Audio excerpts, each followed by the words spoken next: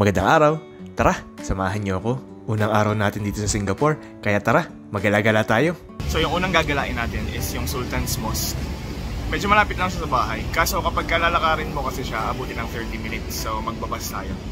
Yung isa sa mga panata nga pala na pinangako ko sa sarili ko sa paglapag ko dito sa Singapore ay hindi ako gagamit ng Grab at tanging public transportation lamang yung gagamitin natin kagaya ng bus o di naman kaya train kung posible. Yung pinakita ko sa video ay NetsCard, para siyang beep card sa atin sa Pilipinas dahil yung mga buses at yung mga train dito ay hindi tumatanggap na ng cash. O hindi naman kaya meron kang online app. Nakakamiss nga palang sumakay sa double-decker bus. At habang nakasakay ako sa ikalawang palapag ng double-decker na to ay nakikita ko yung mga magagandang buildings dito sa Singapore. Sandali nga lang pala yung biyahe, siguro inabot lang to ng mga 15 to 20 minutes at yan, andito na tayo sa may Arab Street. At dito pa lamang, makikita mo na yung ganda ng isa sa mga tourist attractions dito sa Singapore at yan yung Sultan's Mosque. Papalapit sa Sultan's Mosque, makikita nyo yung mga buildings na to na makukulay at talagang kaagaw-agaw pansin nga naman. At sa paglakad ko pa ng kaunti ay nakita ko na ng malapitan yung ganda nitong Sultan's Mosque. Medyo marami-raming tao ngayong araw at mabuti na nga lang ay hindi umulan. Iiwan ko muna kayo saglit. Enjoy the view.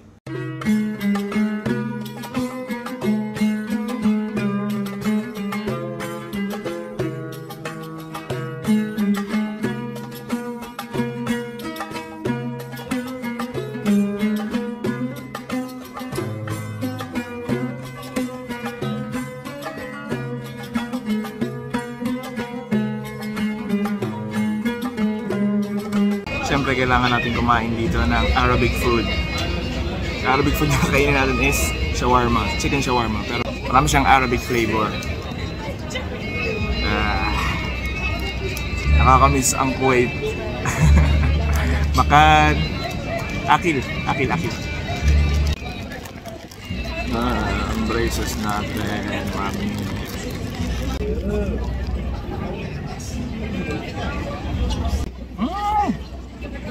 unang kagat. Arabic flavor talaga. Punong-puno siya ng herbs and spices. Tapos medyo matapang yung lasa. Signature taste ng Arabic food.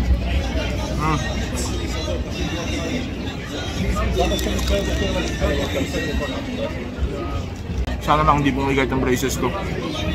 Sarap! Akil direct. Very good. Damn. Good. It's on YouTube channel? Yeah. Hello. Which country? Namin Philippines. Philippines. Yeah. Anta? I'm from Turkey. Turkey. Turkey. La Arabic. No Arabic. No Arabic, of course. Turkey.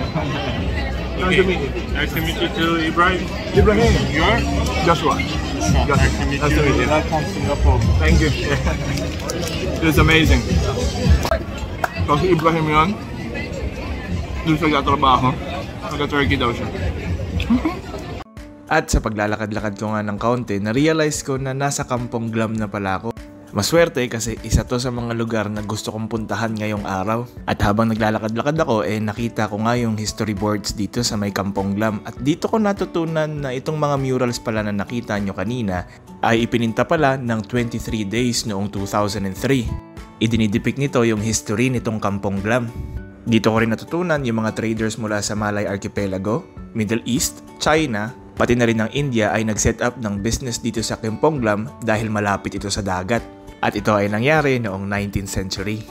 Sa paglalakad-lakad ko pa nga sa paligid ay may nakita ako ng mga souvenir shops at as usual, meron tayo inuuwi na ref magnet palagi. Sa iba't ibang bahagi nitong Kampong Glam at Arab Street ay may iba't ibang mga paninda, mostly mga decorative na mga bagay. Pagpapatunay na itong Kampong Glam ay isang business area. Kalapit nga lang pala ng Kampong Glam at ng Sultan's Mosque itong Haji Lane. Medyo marami ring mga tao dito at napaka-interesante ng lane na to dahil medyo marami kang mga bagay na pwedeng gawin dito. May mga kainan, may mga lugar na pwede kang bumili ng mga fashion wear at saka mga damit. Napansin ko rin na medyo maraming ang photo booth dito at meron ding mga nag-aalok nitong tarot reading. Samot-sari ang mga bagay na pwede mong gawin sa Haji Lane at ito ay malapit nga lang sa Arab Street. Yon! So nabisita na natin yung Haji Lane, yung Kampong Glam. and yung Sultan's Mosque, which is nasa harap ko lang siya ngayon. Yung sunod na pupuntahan natin is Chinatown. Meron pa siyang katabing isang attraction. Pero ang swerte lang kasi 3 tourist spots yung napuntahan natin. Tara na. Mula nga pala sa Kimpong Glam, nagbus lang ako ulit. Yung inaabot lang naman ng pamasahe dito is around 1 Singaporean dollar or 2 Singaporean dollars, depende sa layo syempre. So nandito na tayo sa Clark Quay. So far so good. Hindi pa naman tayo naliligaw. Grateful lang ako dun sa app na na-discover ko kaninang umaga lang kasi meron siyang directory ng mga buses. Tapos nilalagay niya dun kung saan ka bababa, kung anong bus number yung sasakyan mo. Mamaya bago matapos tong video na to, i-share ko siya. Medyo payapa nga pala dito sa Clark Quay at yun nga, syempre swerte kasi hindi umulan ngayong araw. Dito sa Clark Quay pwede kayong sumakay dyan sa mga river cruise na nakikita nyo. Bukod sa pagsakay sa river cruise, pwede rin kayong kumain dito sa may tabi ng river. Medyo marami-rami rin nga palang pwedeng kainan dito. At kapag ka pumasok ka naman dito sa Clark Quay, makikita mo yung mga magagandang disenyo ng mga canopy dito.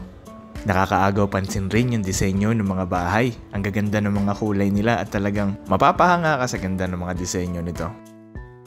Sa gitna ng mala-open mall na Clark Quay, merong fountain at mga benches kung saan kayo pwedeng maupo. At kung meron kayong kasamang mga bata na gustong mag-arcade o kung mahilig kayo sa arcade, merong parang arcade center dito. Tapos yung design niya sa harap ay White Rabbit. At dahil medyo napagod ako sa paglalakad, nagpahinga muna ako. So dito sa Clark Quay, medyo maraming kainan.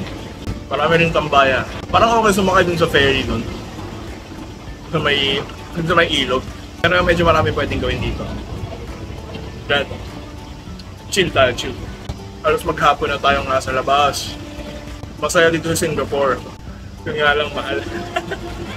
So papunta na tayo ng Chinatown. And papunta din sa Chinatown, napansin ko lang tong building na to. Nakaka-amaze lang kasi, I don't know, industrialized yung Singapore. Very modern siya. Pero punong-puno siya ng mga puno. It's relaxing.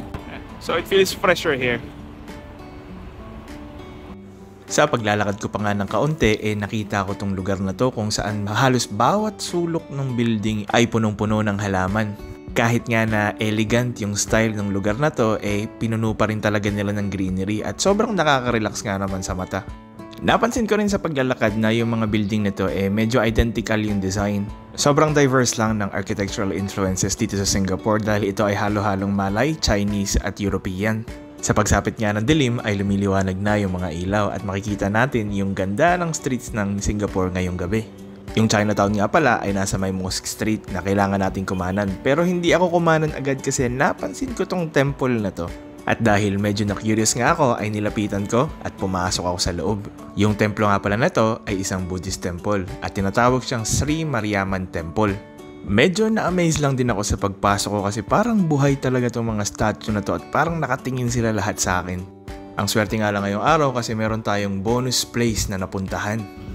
Swerte lang kanina kasi merong detour na, of historical value. Na hindi naman kasama dun sa itinerary pero andun siya. Might as well dinaanan na natin. Galing. Kaya masarap maggala. Tara. Dito naman sa Chinatown, bumungad sa akin ito agad kainan at medyo nagutom na nga kaagad ako.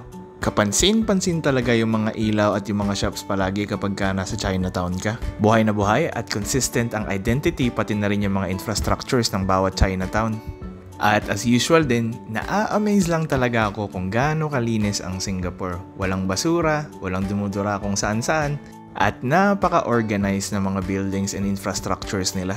Sa paglalakad ko ay nakita ko nga itong Thai restaurant na to at medyo nag-crave din kasi ako sa Tom Yum kaya dito na ako kumain kaagad. Yung Tom Yum nga pala is a Thai dish, hindi sa Chinese. Kain na. Kung nakaabot ka nga pala sa bahagi ng video na to, i-comment down mo naman kung ano yung Thai dish na kinain ko, which is Tom Yum. Sa mga nagtataka nga pala kung ano yung app na ginamit ko to travel around Singapore using buses, i-download nyo lang yung Bus Buddy. Super intuitive ng app na to. Sarap talaga ng Tom Yum. Punta ka sa Chinatown, maghanap ka ng Thai restaurant, bumili ka ng Tom Yum. Manabis na medyo maanghang na punong-puno siya ng seafood. The best. Kain. As usual, makulay talaga ang Chinatown. Napakaraming tao. Kung pinaplano mo rin palang bumili ng mga pasalubong o mga souvenirs pauwi sa Pilipinas ay marami ring bilihan dito sa Chinatown. Usually yung mga pasalubong nagre-range siya ng $1 to $10. At syempre, kapag katapos kumain, kailangan ng panghimagas. At swerte, nakita ko itong milk tea shop na to kung saan ako bumili. Nasa around $5 nga pala yung isang milk tea dito. Pero, sulit na sulit ka sa lasa ng milk tea na hinahanda nila. As usual, napakaraming pwedeng gawin sa Chinatown. Napakaraming pagkain. Dahil pagpipilian. Grabe itong araw na to. Halos buong araw tayong nasa labas. Saya. So, dami pa natin natutunan. Dami rin natin nakita at nagalaan. Siyempre. Kaya paano? Ito lang muna. Ubus ng kwarta. Joke lang. Hindi maubos. Inshallah. Like and follow para palagi kita kasama. Hanggang sa muli. Paalam.